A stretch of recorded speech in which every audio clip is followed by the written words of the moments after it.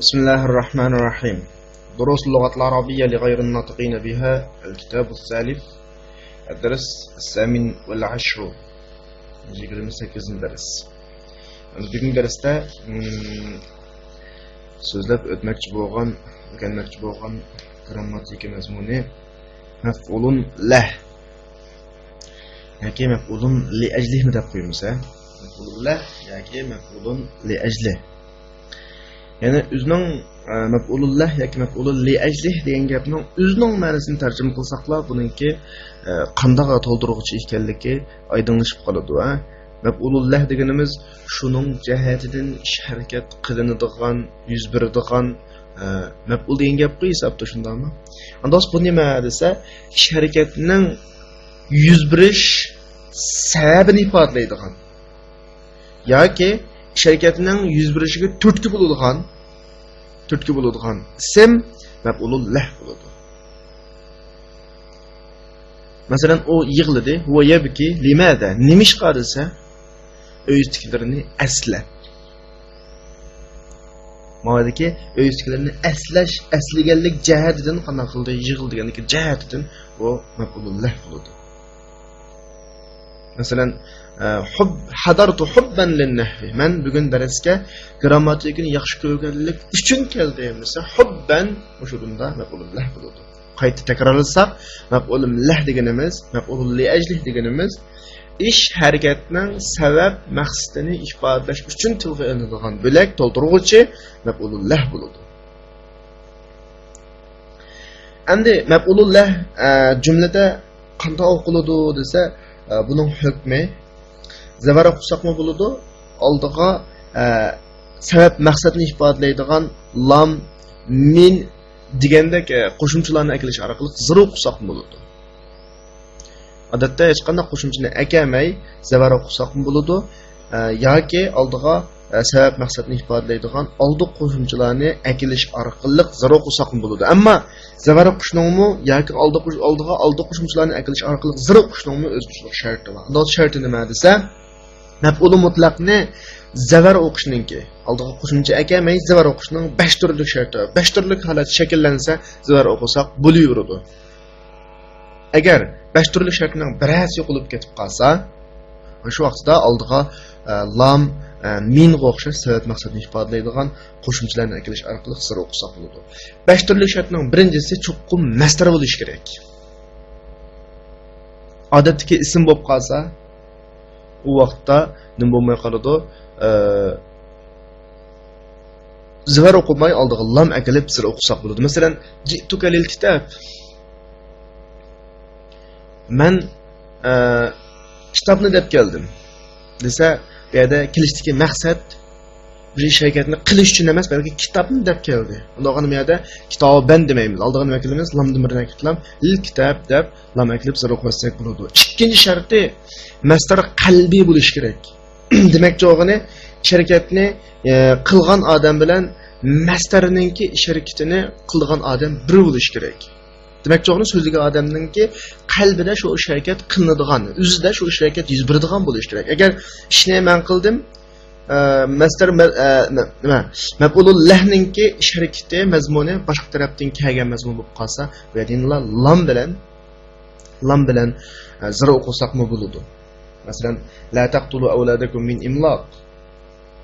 Sizlar balalarni kambag'allikdan o'ltamanglar desa, bu kambag'allikdan odam o'z paydo qiladigan ish emas. Sirtdan keladigan omil o'g'achqa bu yerda min imloq deb oldiga min ekiladigan gap.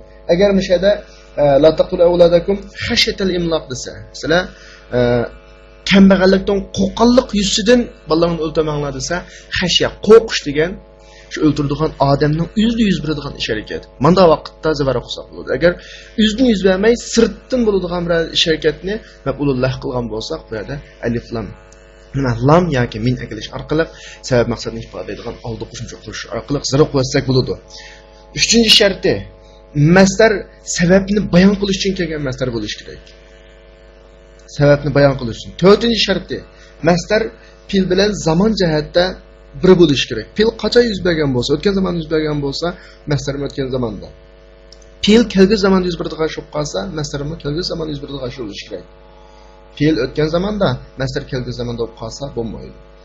5-chi sharti masdar fe'l bilan fa'ilni bir bo'lishi kerak degani, masdar bilan fe'lning fa'ili bir odam bo'lishi kerak, ikki odam bo'lib qolsa bo'lmaydi. Bu yuqoridagidek 5 shart shakllansa, to'liq shakllansa, buni zavara qiladi. Oldiga hech qanday bir oldi qo'shimcha ekamay.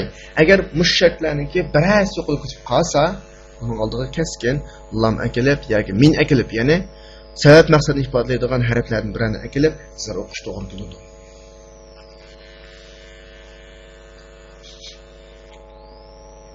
Endi yuqorida aytdik-ku 5 turlik sharti shakllansa buni zo'r o'qiydiganmiz deb. Endi zo'r o'qish deganlik ya'ni keskin zo'r o'qilish kerak deganlik emas. Buningmi zo'r o'qilsin bo'ladigan aldiga qo'shimcha kelishga zo'r o'qisaqmi bo'ladigan ahvollari bor. Birinchi ahvol maf'uli mutlah, maf'ulul li ajli alif lam ve izafatın hali boz degani üstüde alif lamı bo'lmasa, izafat mı bo'lmasa, yani o'zi muzaf mı bo'lmasa, bunda ko'pincha ahvollarda zavara qo'shaq bo'ladi. Allohga hech qanday qo'shimchani emas. Masalan, darabti ibni ta'diban. Men balamni ana qildim, adab o'rgatishni urdim desam, yuqoridagi bashar to'liq hozir. Masalan, bu birinchi masdar, ikkinchisi qalbi. Kallamda men adab o'rgatma, adab o'ylag'liq men qalbimda. Uchinchisi sababni bayon qilish, urushning sababi adab o'rgatish. To'rtinchisi masdar bilan fe'lning zamoni bir. Uğan vaqtim bilan adab o'rgatishning vaqti bir. Beshinchisi masdar bilan fe'lning fa'ili bir. Uğunimni men adab o'rgatadiganim men. Bashar to'liq. Ammo qarab baqsaq ta'diban degan alif lam yo'q, izofatni bo'lmaydi. Buningdagi 95% ahvolda buni zo'r o'qilsa bo'ladi. Ammo zir o'qisaqmi bo'ladi. Darabtuhu lit-ta'dib deb. Demak, zo'r o'qildi deganlik faqat zo'r o'qilmaydi deganlik emas, a? Zo'r o'qisaq bo'ladi deganlik bo'ladi. Oldiga lamni kelib zo'r o'qisaq bo'ladi. Bu birinchi ahvol. Yoki alif lam bilan bo'lib qolsa, alif lam kirib qolgan bo'lsa, maf'ulullahga buni ko'pincha zo'r o'qisaq bo'ladi, zo'r o'qisaqmi bo'ladi. Ko'pincha zo'r o'qiladi, zo'r o'qisaq bo'ladi. Ko'pincha ahvol zir degan gap, eni tushunib olaylik. Masalan, darabtu ibni lit-ta'dib madika ta'dibanda nima alif lam bo'lg'achqa lit-ta'dib o'qisaq bo'ldi. Darabtuhu at-ta'diba deb zo'r o'qib qo'ysak bo'ldi. Ammo ko'pincha zo'r o'qisaq yaxshiroq lamni kelib. Uchinchi xil ahvolda maf'ulullah muzab bo'lib qolgan ahvolda buni zo'r o'qisaqmi yoki oldi qo'shiluvchi sabab maqsadni ifodalaydigan oldi qo'shiluvchini orqali zo'r o'qisaqmi o'xshash, hech qanday farq yo'q. Mana bu maf'ulullahninki umumiy ahvoli. Endi bugun darsdagi ulullahdan boshqa ikkinchi grammatik mazmun hurufut tahdid deb qo'yamiz, qiziqtirish harflari. Shirkatni qilishga qiziqtirish harflari. Bu harflar arab tilida halla, alla, lauma, laula qatorliqlar. Bu harflar fe'l mudoriga kirib qolsa, shirkatga qiziqtirish uchun bo'ladi. Masalan, halla tazurani, meni yo'qlabmi qo'ymamsiz? Yo'qlasangiz olmamdi deganda kelgusi shirkatga intildirish. Agar mazin ustiga kirib qolsa, o'tib ketgan shirkatlarga qanday qilish? Pushaymon qildir. Masalan, hallajda hatta. Tirsam olmamdi. Endi pushmon qilasan mana. Degandek ma'no ifodalaydi. Mushuni tushunib olsak bo'ladi, ha? Ne? Harfi tahdid va harfi tandim. Qiziqtirish va pushmon qildirish harflari. Bu faqat o'tgan zamonga kirsa pushmon qildirish, kelgusi zamonga kirsa qiziqtirish. Boshqa grammatika jihatda buning cho'ng ta'siri yo'qmi shu? Faqat qiziqtirish va pushmon qildirish degan alohidlikni bilib olsaqlar bo'ldi. Bu nuqtalar qilganlarga tushunish bo'lgan bo'lsa, darsning tekstini o'qib, tarjima qilib, tahlil qilib beraylik. Lima tanzuru fi sa'ati 2000 ba'da 2000 ya Adnan. إنما أفعل ذلك خوفا من فوات الموعد فإن لي موعدا مهما مع الطبيب بعد قليل. هل غبت عن هذه الحصة؟ كان بإمكاني أن أستأذن المدير في الغياب عن هذه الحصة ولكنني حضرت حبا في النهر. زادك الله علما. هكذا يكون الطالب المثالي، إنما يدرس رغبة في العلم لا رحبة من الامتحان. اقرأ الآيات يا إبراهيم بعد الاستعاذة. ولا تقتلوا أولادكم خشية إملاق نحن نرزقهم وإياكم إن قتلهم كان خطأ كبيرا. يجعلون أصابعهم في آذانهم من الصواعق حذر الموت تتجافى جنوبهم عن المضاجع يدعون ربهم خوفا وطمعا ومما رزقناهم ينفقون يا أيها الذين آمنوا لا تبطلوا صدقاتكم بالمن والأذى كالذي ينفق ماله رئاء الناس ولا يؤمنون بالله واليوم الآخر يدخل المراقب ومعه ظهير. بعد التحية يقول الظهير إنك منعته من الدخول إنما منعته تأديبا فقد أصبح التأخر دأبه وديدنه فهل لا تشكوه إلى المدير إنما أصبر عليه قصد الإصلاح أسأل الله أن يصلحه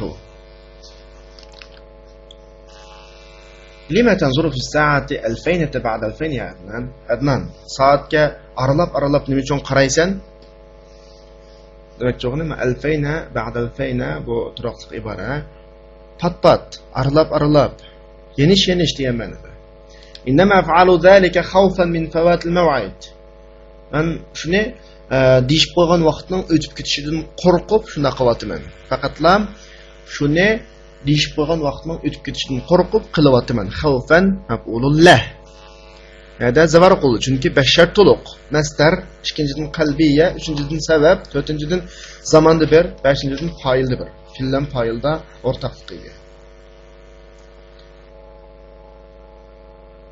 فإن لي موعدا مهما مع الطبيب بعد قليل chunki mening doktor bilan sal turib بعد قليل degan sal turib azroq vaqtdan keyin ko'rishadigan muhim bir deyishib qo'ygan vaqtim bor mav'id degani ko'rishadigan deyishib qo'ygan vaqt bor edi yoki va'dam bor edi halla g'ibtan hadhihi al-hissa bu soatlik darsdan qolsang bo'lmamdi o'tgan zamonda qolsangiz bo'lmamdi bu harfu tandim كان بإمكاني أن أستأذن المدير في الغياب عن هذه الحصة. Bu saatlik darsdan qilish to'g'risida mudirdan ruxsat so'rash imkoniyatim bor edi. Walakinni hadartu hubban fi an-nahwi. Biroq men grammatikani yaxshi ko'rgachga keldim. Hubban maf'ulullah.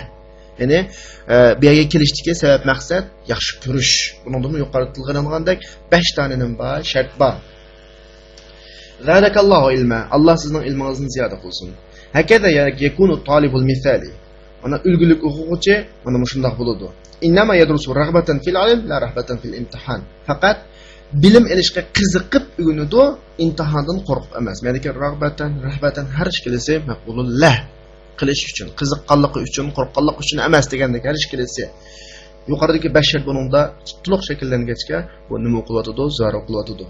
اقرأ الآيات يا إبراهيم. إبراهيم آيات لنا أقوم. بعد الاستعاذة أعوذ بالله من الشيطان الرجيم أخبران يمكن ولا تقتلوا أولادكم خشية إملاق نحن نرزقهم وإياكم إن قتلهم كان خطأ كبيرا. مشورندا ولا تقتلوا أولادكم خشية إملاق degan o'rinda sizlar bolalarni kambag'allikdan qo'rqqanlik yuzini o'ltamanlar. Xashiyata maf'ulullah. Bunu yuqoridagi basharning hammasi to'liq. Shunlashqa bu zarur qilyotdi. Yaj'aluna sabi'ahum fi adanihi min as-sawa'iq hadar al-maut. Ya'ni hadar al-maut. Ular o'zlarining barmoqlarini quloqlarga chaqmoqdan o'limdan qo'rqqanlik yuzini tiqib oladi. Mishada hadar al-maut degani maf'ul mutlaq. Ya'ni o'limdan qo'rqqanlik yuzidan. تتجافى جنوبهم عن المضاجع يدعون ربهم خوفا وطمعا ومما رزقناهم ينفقون. Mushu oyatdagi yad'una robbahum xawfan va tam'an degan jumla, ya'ni ular o'zlarining Parvardigoriga qo'rqqanlik yuzidan, Allohning fazl marhamatidan tamo qilganlik yuzidan duo qilishadi. Xawfan va tam'an nim bo'ladi va bo'lullah bo'ladi. Ya ayyuhallazina amanu la tubtilu sadaqatikum bil manni wal adha kalladhi yunfiqu malahu ri'a an-nasi wa la yu'minu billahi wal yawmil akhir. Ya'ni yunfiqu malahu ri'a an-nas degan jumladagi o'zining melini kishilarga riyo qilish yuzidan, riyo qilganlik jihatidan. O'shada riyo annas maf'ulullah bo'ladi, maf'ulullah. O'zining mollarini, pullarini kishilarga riyo qilish yuzidan qanday qiladi? Chiqim qiladi o'shada. Riyo annas maf'ulullah. Nazoratchi kiryotdi, nazoratchi bilan Zuhair billiba. Ba'da tahiyya, salomdan keyin Zuhair deydi: "Innaka mana'tahu min ad-dukhul." Zuhairning deyishicha siz uni kirishdan cheklabsiz, kirishdan to'sibsiz. Innama mana'tuhu ta'diban faqat asbaha ta'akhur da'bahu wa daydana. Ma uni adablash yuzidan chekladim. Innama degani faqatlam degan. Faqatlam uni adablash yuzidan chekladim. Chunki kechikish uning odatiga aylanib qoldi. Da'bahu deydi har ishkilasi odat, ahvoli degan ma'noda. Ta'diban ma'runda nima? Maqulullah, ya'ni adab o'g'itish yuzidan, adablash yuzidan. Fa hal la tashkuhu ila al-mudir. Uni mudirga shikoyat qilmamsiz, balki fa hal la tashkuhu deki qiziqtirish harafi. Qilsangiz bo'lmamdi. Mudirga desangiz bo'lmamdi degandek ma'noda. Harfut tahdid. Innama asbara alayhi qasd al-islah. Men faqat uningga bu yaxshilash maqsadi yuzidan sabr qilyapman. Qasd al-islah nima maqulullah. Uni yaxshilash, isloh qilish yuzidan, isloh qilishni maqsad qilgan yuzidan sabr qilyapman. Asallahu ay yuslihahu. Alloh balkim uni isloh qilishi mumkin. Va axiru da'wana alhamdulillahi robbil alamin.